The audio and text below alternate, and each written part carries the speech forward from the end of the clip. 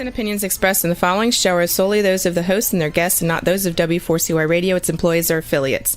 We make no recommendations or endorsements for radio show programs, services, or products mentioned on air or on our web. No liability, explicit or implied, shall be extended to W4CY Radio or its employees or affiliates.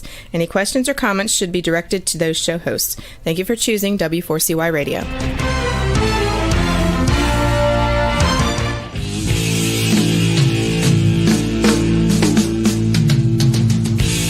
Welcome to Outdoors People with me, C.W. Getz, and her, Maya Marzaki.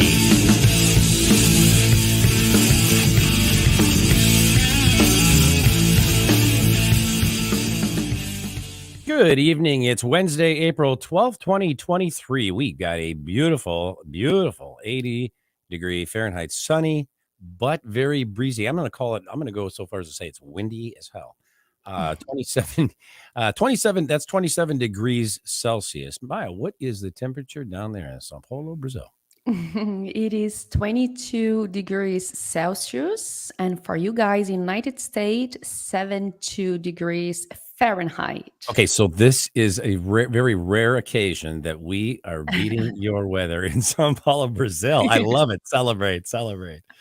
It's very unseasonal here. Yeah. I mean, and somebody said, I don't know, very close to here, they said, it'll be mid 80s. And I'm like, that's just unheard of for, the first part of, I'm going to call it the first part of April. I guess we're more toward the middle, but still that's, I remember plowing snow and blizzards in April before. So this is a very welcome thing here. I'm very happy about that. So yeah. And did you have a good week? I'm sorry. Go ahead. Sorry. No, and the opposite here, because it is fall already and still like summertime pretty much. So it should be chiller than it is actually. It is too warm. Okay. Well, not for me. But but we're a little different program. I take it all in because our winters get cold up here. Did you have a good week, Maya? Oh, yes, I had. Yeah. I spent a whole weekend with my family and it was a rainy weekend. So I was not able to do anything outside. Hey, you didn't go climbing or anything this weekend, did you? No, was like raining nonstop. Yeah. Maybe this weekend, huh? I guess I hope so. And how about you? I don't have anything to climb here other than maybe the stairs, but that's a whole other story. But yeah. Well, tonight's episode of Outdoors People is brought to you by Rutabaga Paddle Sports, providing time on the water. By Campground Views, making camping easier. By Duluth Pack, made in the USA since 1882. And by Jackson Kayak, pursuing joy through paddle sports. Tonight's episode is Rollerski Down Under with our special guest, Hannes Halley. 45-year-old Austrian personal fitness trainer and strength coach, PGA golf professional, and roller ski instructor, Hannes Halley is dedicated to the field of athletics. Hannes is involved with university health and fitness with a focus on eccentric exercise, and he's also a golf conditioning and fitness trainer and a coach for roller skiing. Hannes's accomplishments include Western Australia Personal Training Business of the Year in 2009 and was also named Australian Nordic Walking Instructor of the Year in 2012. Hannes is currently preparing for the upcoming Rollerski and Biathlon Event series for the disabled, which will be held in Perth, Australia. The aim is to have Australians participating at the 2026 and 2030 Winter Olympics in cross-country skiing and biathlon. And with that, welcome to the show, Hannes. Thank you. Thank you for having me. Dear sir, tell us what time it is where you're at in Australia again. We have 6 a.m. currently, so early morning. And we have a bit of a rainy morning starting because we are bracing for a cyclone hitting the north of Western Australia. Currently. Oh, wow. That's crazy. Maya, I think we have a winner here for the contest of who's up the earliest for this show. Yeah. Johnny, tell her what you want. Johnny, tell me what he's won. Anyway, but yeah, really appreciate you getting coming on the show with us that early in the morning. So no problem. You can see it's still dark behind me because that's the window. but it's supposed to be sunrise in the next 20 minutes. So hopefully we get some sunlight coming through the back. We're going to be able to watch that happen. I love that. And that's another first here on Outdoors People Show. So yeah, Yes. absolutely. I don't think we've ever experienced that. That's so very cool. good. We're going to see the sunrise with you in Australia. That's very, very cool. Thank you for being here with us so early. And I want to know, I have never heard about that, so I want to know everything. What is exactly rolling skiing and where did it start? Roller skiing is essentially cross-country skiing, but without the snow. So we use the same technique and we use skis that are on wheels, and that enables us to train during the snow-free season. So obviously it's ideal for countries that don't have snow, or countries that don't have much snow, only snow through the wintertime. So it started back in the early 1900s, so 1920s, 1930s, where most of the Scandinavian countries or European countries were looking for an option to train when there is no snow. And some good inventors just came up with why wouldn't we put some wheels on some skis and just ski in summertime? Right. Why not, right? Mainly in Australia. And are there various style and types of equipments for roller skiing? Yes, so cross-country skiing, there's two main techniques. One is called freestyle or skating, where you probably know the style is that V shape you do when you do inline skating. And the second one is the classic, and that's when you see in wintertime, they prepare the snow with man-made tracks, and you actually go along the tracks. And roller skiing is similar. So we have one ski that is designed for the freestyle and skating technique, and I can actually show you one of the skis here. So they have very narrow wheels similar to an inline ski, and that's the whole skate. So it's a skate with the binding, just like you use in wintertime, and then it's set on a frame. This one is aluminium, and then it has wheels at the end. So that's for skating. So it's a narrow wheel, and it allows you to actually ski very fast and be very agile. And then the second technique would be a classic ski. So the wheel is a bit wider. Oh, wow. Because the classic technique, the ski is also a bit longer, but the classic technique, because you just go in a straight line, a wider wheel just gives you more stability. So you can just use the upper power muscles. Where on skating, you go more like a skating step, and you use the poles to mimic the motions you do in cross-country skiing. That's really a pretty big difference in the width of those skis there. I mean, and then are they both the same length? No, so the skate ski, that's the standard wheel is about 24 millimeter in width and 100 millimeter in diameter. And the classic wheel is 40 millimeter in width and only has 80 millimeters. So you can see roughly that they are not the same length. The classic is a bit longer, but only by about 5 centimeters. But you can get shorter skis if you just want to do more agility. But standard is about 60 centimeters for a skate and 65 to 70 centimeters for a classic. Interesting. Now, does it really is it really closely simulate skiing? That, I mean, is it just like skiing, or is there some difference? I'm sure there's a little difference, right? Yeah, I mean, the main difference is because obviously on snow you have a different traction. So when you ski on tarmac, the wheel grips very well onto the ground. So the push off always feels almost perfect. Where on a snow ski, it can be early season conditions, it can be icy snow, it can be soft snow late in the season, and then the ski kind of skids a bit as you move. So the technique is slightly different that way, but we use the same boots. We use the same binding, so the same poles. We just use a different tip at the end. So the tip we use on tarmac is a bit harder, and in winter you have the snow basket, so you don't sink into the snow when you push off. But more or less, the technique itself, the muscles you use, are exactly the same. I saw a video. I think it was on your Instagram page. I believe that's what it was. And there was a gentleman there that had a roller ski on one foot. I think it was his right. And the other one was in snow. Yeah. And I'm just kind of, what was that all about? It was cool. Look, what was that?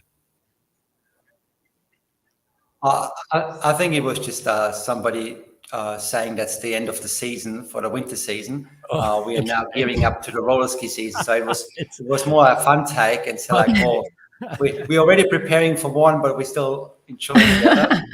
okay. That's interesting because I'm going, what the hell is this guy doing? This is interesting. It's cool, but I couldn't figure it out. But Yeah, I haven't tried that yet because it will never happen in Western Australia. But right. if I ever go somewhere late in the season, I might give it a go. Well, if that traction is different like that, that would be weird, wouldn't it? I mean, you got one roller ski and one actual ski. I think it would be difficult, wouldn't it? It is, but it also shows that the technique is quite similar. So you can actually have one on each. But yeah, it will definitely feel very odd. And I didn't see all the other videos where he probably did a face plant or something similar. Well, let me ask you, how did you become personally involved with roller skiing, having come from a background in pro golf?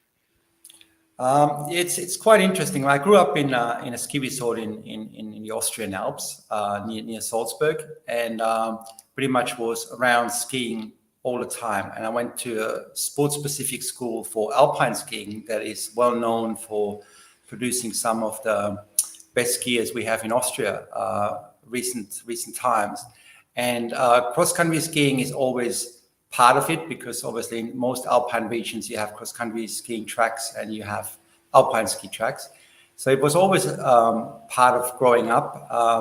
But as you know, in winter seasons we ski, in summer seasons we have to choose different sports. And I gravitated to golf and usually did for many years, was a ski instructor in winter and then was teaching golf in summertime. So it actually was the perfect combination of the two.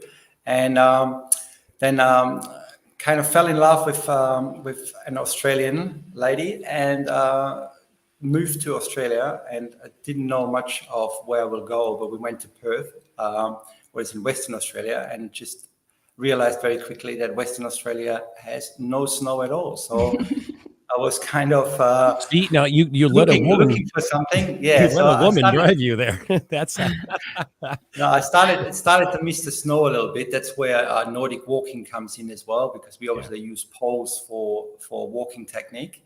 And then looked for something a bit more. And then, I remembered from back home that people do use roller skis.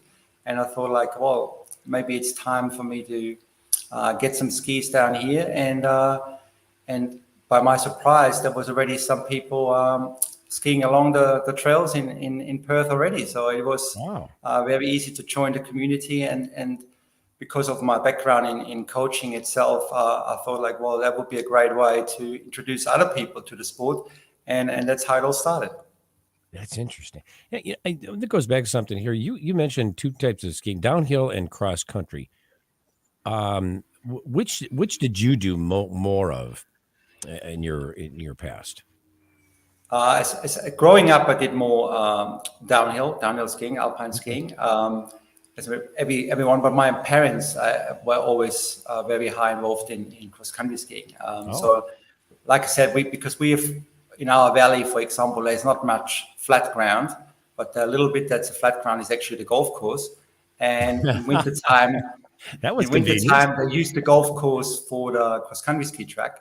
And then pretty much you can imagine there's a valley, and left and right we have mountains going up 2,500, 3,000 meters, and that's all for alpine skiing. So it was always there, and there was always events in both sports. So the town itself, because being a ski resort, was always having events in both disciplines. So you kind of grew up with everything. But I think at the start it was more fun taking the gondola up and ski down than actually having to push myself and work hard the whole time. Yeah, I'm with you. I can tell. And how popular is roller skiing in Australia since there is no snow there? So in Western Australia, it's a lot of the people that ski here, or they already know roller skiing, are coming from a mining background. So Western Australia is well known for its mining. We have a lot of gas, oil, iron ore, gold, and a lot of people come from nations like Norway, where oil extraction has been there for many, many, many years. And they move to Perth, and then obviously they want to do something that they are used to from back home. So we have a lot of people, they come from that background.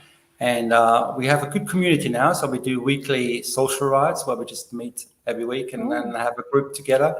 So there's always people that know the sport, but it's definitely well known in the eastern states. So in our capital, Canberra, or near Melbourne, Sydney also as well. They're in the southeast of Australia, and not far of that, there's actually snowfields, what not many people know. There's very well-known snowfields, and they're about 4 or 5 hour car drive away from the snowfields. So they experience cross-country skiing and alpine skiing, and therefore also use roller skiing during the summer times. And I'm actually on a plane tonight, flying to Canberra to the Australian Rollerski Championships that's held every year in April. And there should be around 140, 150 participants trying to see who is the fastest in the country. Wow. Oh, yeah, that's kind of popular then. Very cool. So don't go away. We will be back with more of Outdoors People right after these messages.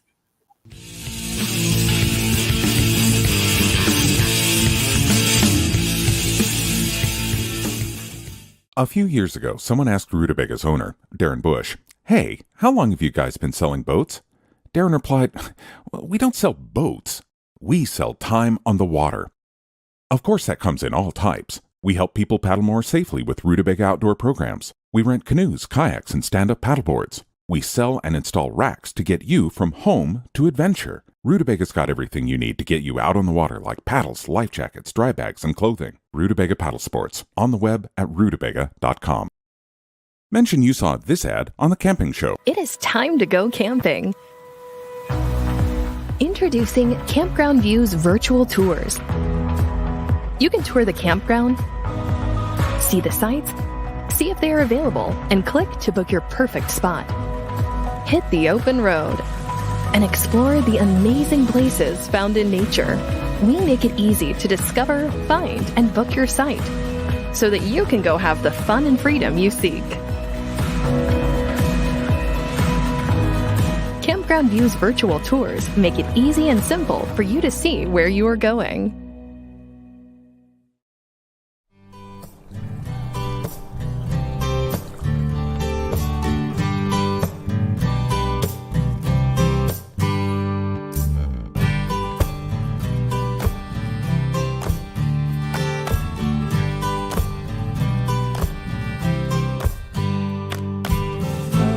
Duluth Pack is handcrafted for every lifestyle, making memories since 1882. In store at 365 Canal Park Drive or online at duluthpack.com. We're one big family, a community of paddlers, and we want to make sure that everyone has a great time out on the water. We are made right here in Sparta, Tennessee, USA. This is where every Jackson kayak is born, built by hand with a focus on innovation. We are Jackson Kayak. We are Jackson Kayak. We're Jackson Kayak. We are Jackson Kayak.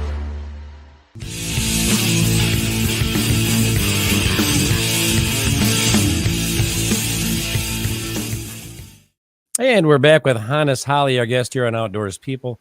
Hannes, how long have you been holding these roller skiing clinics there in Australia, and what sort of things do you cover there in them? So we started around 2010, 2011 in Perth.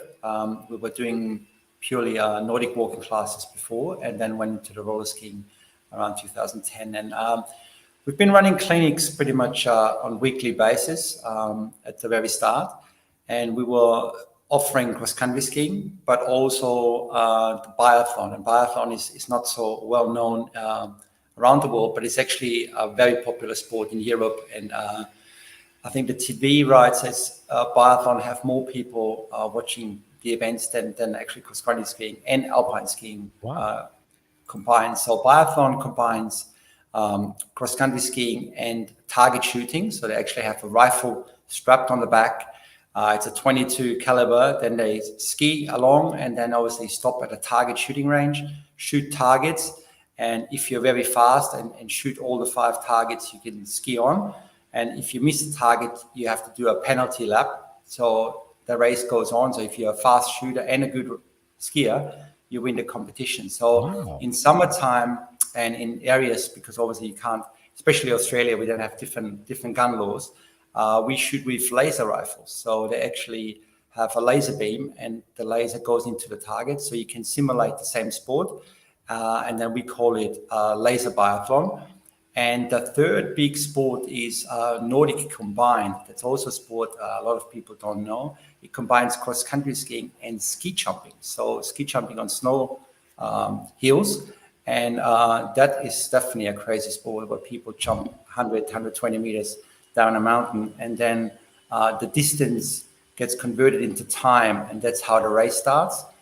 So there's 3 different sports. We don't do the ski jumping, obviously, but we use roller skiing with, we've done it with archery as a combination. We have done it with running if people don't want to shoot. So you just do a quick run and then it gets the heart rate up and then you have to slow down and shoot. And the best area would be with roller skis. But obviously it's not that easy that you can just jump on a ski and shoot a rifle. It needs a bit of training because we don't want the bullets to go stray anywhere. So we keep it safe with laser and nothing can happen. So that's the way it should be. You know, I've never heard of either of those before, and I think that is cool as hell. And you know, this is the kind of stuff we're missing in America because we're not creative that way. But I love that. I mean, I think that's wow. And you said your heart rate's all, you know, up and everything, and then try and aim a rifle. I mean, I think that would be tough, especially archery too. Yeah. There's some of those people. I mean, that's part of the training. Is actually, you know, you have a high endurance sport. Cross-country skiing is one of the sports where you use the most muscle groups. It's very hard on the heart rate. And if you can imagine, you ski for 10 kilometers on the highest heart rate, 140, 150 beats per minute, and then you have to calm your breathing down. So there's a special techniques to really get the breathing as low as possible, shoot as clean as you can, and then obviously change over again, and you have to get it going again. And to do 2 different disciplines, to do a standing and laying prone. So there's 2 disciplines when you do it, and the distance is 50 meters away. So it's definitely challenging because you're in the outdoors as well. You know, it could be the event is in the middle of a blizzard, and shooting with snow coming into your face is it's definitely a different situation. Oh my God. That's very challenging. CW, you must try it out. I have to. Yeah. I mean, this is cool. Give us a good reason to go to go there and to check the whole thing out. I think that's great.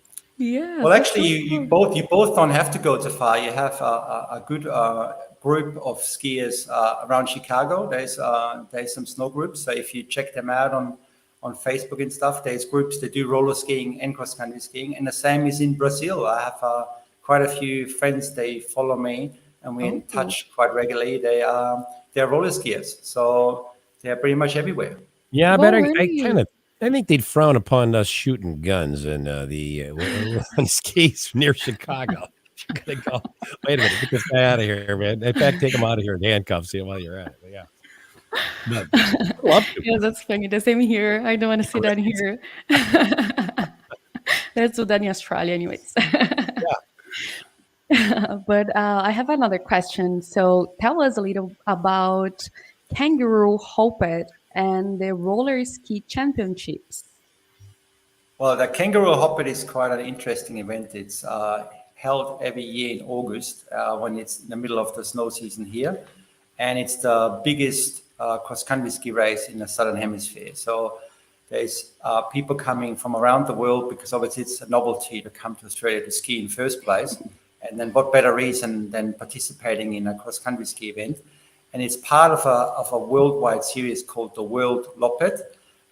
There is events everywhere in the world, and it starts in the early year. So Perth is Australia is the first race. Then it goes to New Zealand. Then there is a race in Argentina before the races then start in Europe. And it's similar to marathon running. You have the London Marathon, New York Marathon, Boston. So you have destinations, and the World Loppet is the same for cross-country skiers. They just you can participate and become a World Loppet athlete. And once a year, people just come to Falls Creek, what is a small town north of Melbourne. And the event has, like I said, attracts 1,400, 1,500 people, and they all participate in a massive snow ski race. So it's actually really nice. And Rollerski Australian Championships is similar to that event for summertime. And like I mentioned before, I'm heading there tonight. So the events are Saturday, Sunday, and there's 2 disciplines. So one is the sprint, where you basically just do 1 lap on time, and then you get, if you get through in time, you have different heats where you compete against 3 other skiers per heat, and the fastest one always progresses into the final. And on a second day, that's where I will race. It's a criterium, what is a 10-kilometer time trial, pretty much a mass start, and whoever is the fastest wins it. But we have quite a few known athletes. They spend their summertime in overseas, so they actually compete on the world stage, and they're all now returning to Australia because the season ended. So there will be a very competitive field. But I'm lucky I'm now a master, so I'm competing in a different range. So I'm not competing against the young ones anymore. That's cool. It's a new whole world that I didn't know. That's very, very cool. And we have some pictures and videos after this little break. So don't go away, because we will be back with more of Outdoors People right after these messages.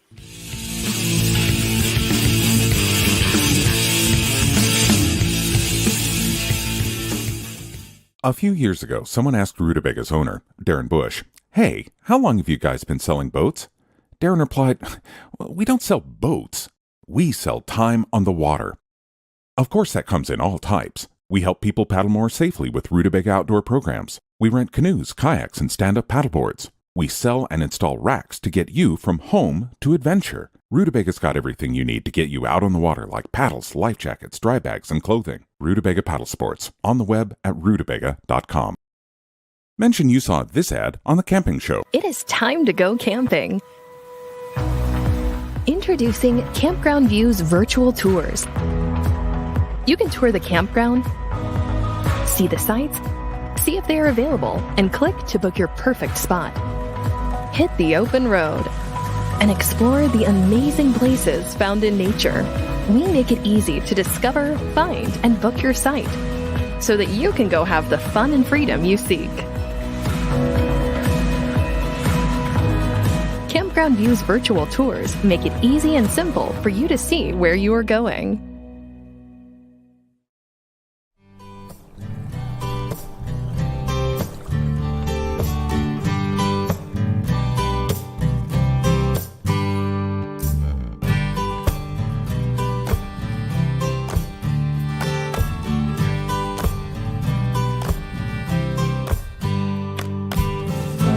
Duluth Pack is handcrafted for every lifestyle, making memories since 1882. In store at 365 Canal Park Drive or online at duluthpack.com. We're one big family, a community of paddlers, and we want to make sure that everyone has a great time out on the water. We are made right here in Sparta, Tennessee, USA. This is where every Jackson kayak is born. Built by hand with a focus on innovation. We are Jackson Kayak. We are Jackson Kayak. We're Jackson Kayak. We are Jackson Kayak.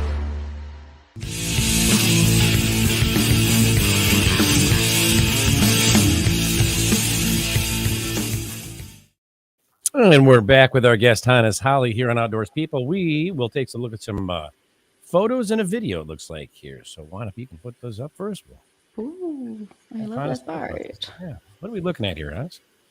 That's the beautiful Western Australian coast, the Indian Ocean, and that's a nice trail that runs alongside.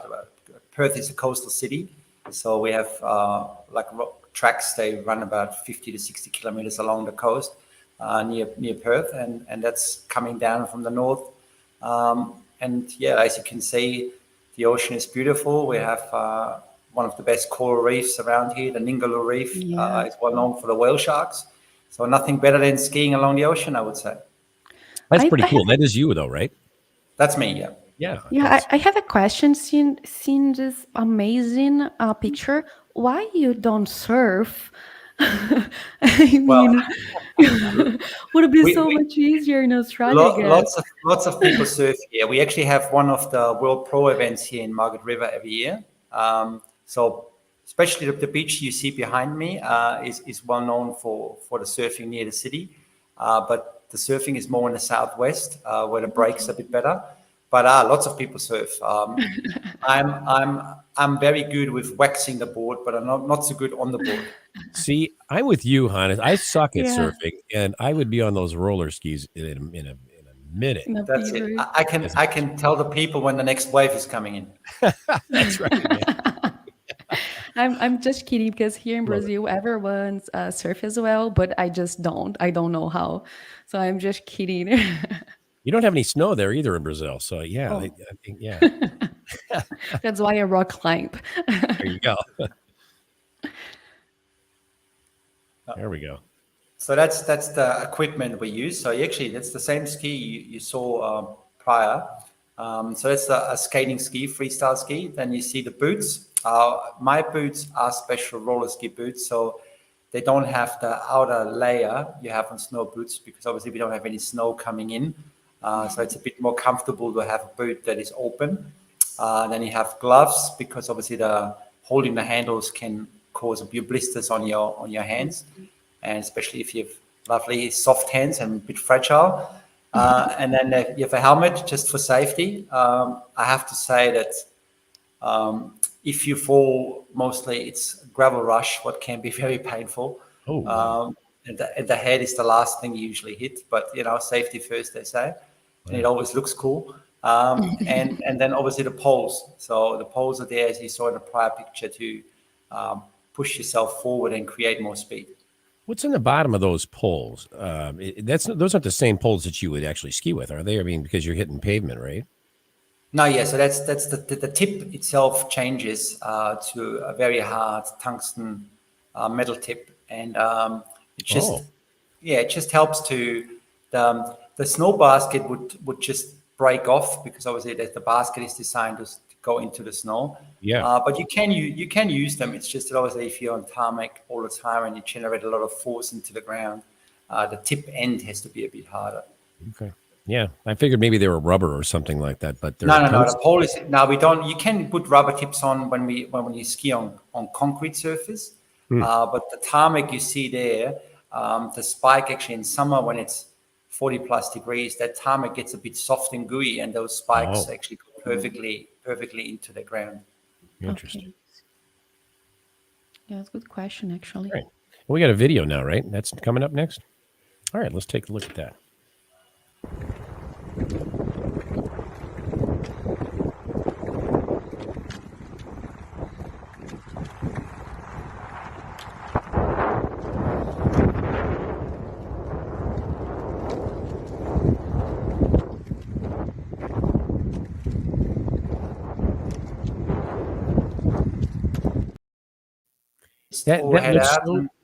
It looks so easy. You guys make it look really easy.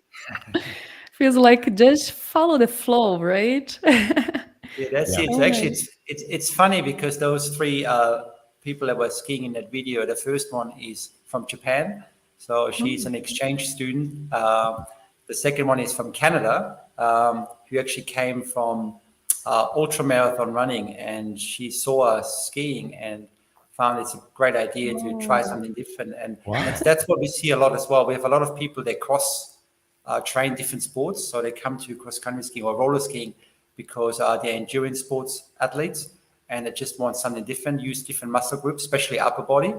And the first one was someone from the UK. So there was pretty much 4 nations on wheels in Perth, and nobody was actually born there. So it's quite funny.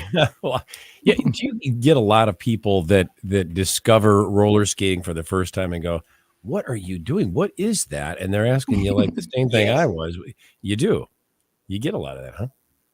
Yeah, there definitely is. Every time you go out, it's like, "Oh, what's that?" Or especially kids are pointing it out straight away, saying, "Oh, that's cool," And that's what helps us because obviously with social media nowadays, people can just type in, "What's that?" Or they scream it to us, "Oh, what are you doing?" And it was like, "We're roller skiing," and And it's like, oh, Yeah. but there's no snow. It's like, well, that's the whole point,